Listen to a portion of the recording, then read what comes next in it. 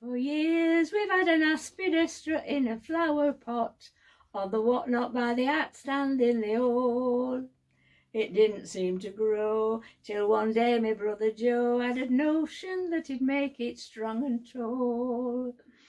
So he crossed it with an acorn from an oak tree, and he planted it against the garden wall. It shot up like a rocket till it nearly touched the sky. It's the biggest aspidistra in the world. You couldn't see the top of it, it got so blooming high. It's the biggest aspidistra in the world.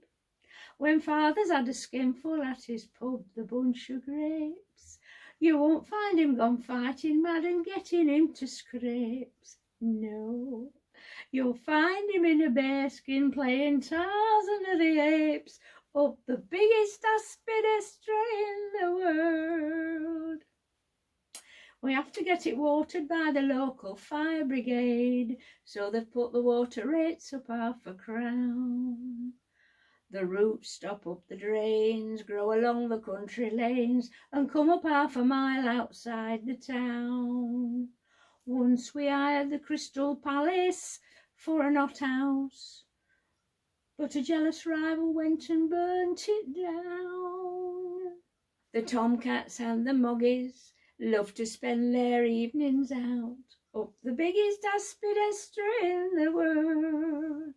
They all begin a meowing when the shoots begin to sprout up the biggest aspidistra in the world. The dogs line up for miles around, a funny sight to see. They sniff around for hours on end and wag their tails with glee. So we've had to put a notice up to say it's not a tree.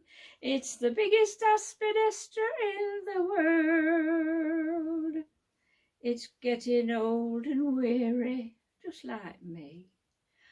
And its leaves are turning grey, just like me. It's the oldest aspidistra in the world. So we water it with a pint of Guinness every day. It's the stoutest aspidistra in the world. The borough council's told us that we've got to cut it down. It interferes with aeroplanes that fly above the town. So we've sold it to a woodyard for a lousy £0.50. It's the biggest aspidistra in the world. Well, that's my little ditty for today.